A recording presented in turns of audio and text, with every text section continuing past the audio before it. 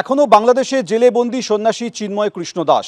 এপ্রিলে ভোট হলে যারা হিন্দুদের সাম্যের কথা বলবে তাদেরই ভোট, বললেন চট্টগ্রাম বিশ্ববিদ্যালয়ের অধ্যাপক কুশল বরণ চক্রবর্তী।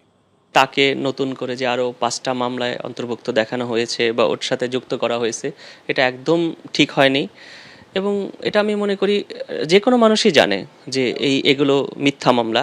তারপরও তো এই বিষয়গুলো নিয়ে আমি মনে করি যে আমাদের কথা বলা উচিত, প্রতিবাদ করা উচিত। এটা ঠিক না, এটা আসলেই ঠিক হচ্ছে না। মানে যেই বাদীরাই করুক, তারা যে হিন্দু বিরোধী, আমি বলবো যে আসলে মানে হিন্দু বিরোধী তারা, সেই মানসিকতা থেকেই তারা করেছে। ওনার অবস্থা খুবই খারাপ, মানে শারীরিক অবস্থা একদম ভালো না। এটা আসলে আমি মনে করি যে সংখ্যালঘু সম্প্রদায়ের মনে একটা বিশাল একটা বিষাদের বা আতঙ্কের সৃষ্টি হয়ে যাচ্ছে। আমরা আমাদের 8 দফা দাবি, যে বৈষম্য, সেখানে বৈষম্য বিলোপ করার জন্য যে 8 দফা দাবি এবং এই চিন্ময়বাবুর মুক্তি ইস্যু, এই বিষয়গুলো নিয়ে যারা কথা বলবে বাংলাদেশের সংখ্যালঘু সম্প্রদায়, আমরা তাকেই ভোট দেবো, তার পাশেই থাকবো এবং তার পক্ষ হয়েই আমরা প্রচারণা করব। আর এবার যে ছবি দেখাবো, গঙ্গারামপুরে এক তৃণমূল কর্মীর আগ্নেয়াস্ত্র নিয়ে একেবারে শাসানি দাপাদাপি, দোকানের মধ্যে ঢুকে আগ্নেয়াস্ত্র নিয়ে দাপাদাপি এই তৃণমূল কর্মীর। এই ঘটনায় চাঞ্চল্য ছড়িয়েছে। ছবিটি গঙ্গারামপুরে, দেখুন ছবিটা আরেকবার। গঙ্গারামপুরে আগ্নেয়াস্ত্র নিয়ে তৃণমূল কর্মীর শাসানি, সিসি ক্যামেরা ধরা পড়েছে সেই ছবি, ভাইরাল হয়েছে ভিডিও। দোকানের মধ্যে ঢুকে আগ্নেয়াস্ত্র দেখিয়ে শাসাচ্ছে তৃণমূল কর্মী। তৃণমূল কর্মী পিন্টু ঘোষের শাসানির ছবি ভাইরাল হয়েছে। আর এই ঘটনার পর থেকেই অভিযুক্ত তৃণমূল কর্মীকে খুঁজে পাওয়া যাচ্ছে না, ফেরার হয়ে গেছে।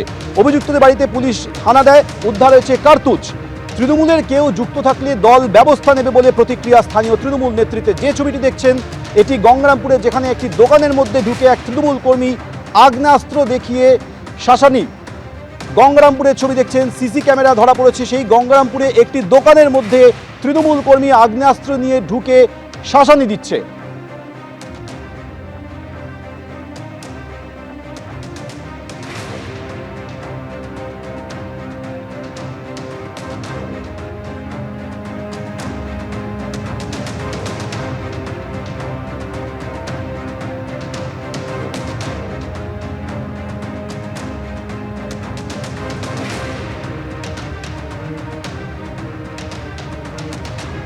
এই মুহূর্তে আপনারা গঙ্গারামপুরের ছবি দেখছেন। যে ছবিতে দেখতে পাচ্ছেন, সিসি ক্যামেরা ধরা পড়েছে এক তৃণমূল কর্মী আগ্নেয়াস্ত্র নিয়ে দোকানের মধ্যে ঢুকে শাসানি দিচ্ছে।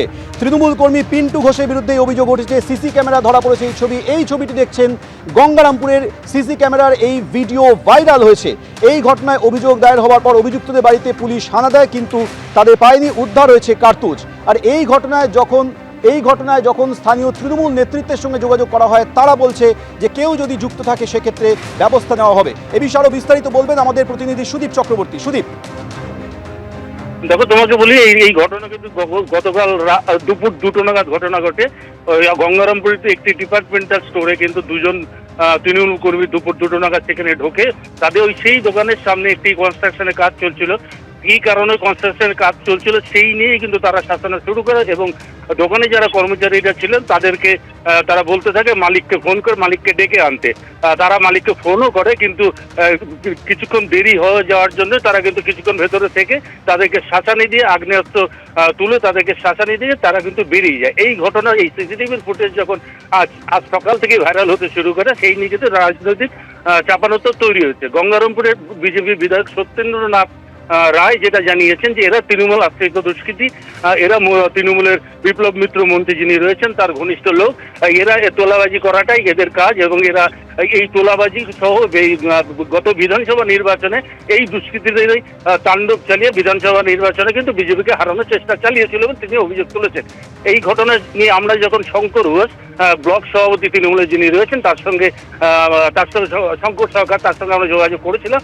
তিনি বলেছেন এই ঘটনার সঙ্গে যদি তারা আমাদের কাছ থেকে এই প্রথম শুনলেন এই ঘটনার পেছনে যদি তৃণমূল কোনো নেতা কর্মী বা কেউ যদি জড়িত থাকে তাহলে কিন্তু দল তাদের বিরুদ্ধে ব্যবস্থা নেবে।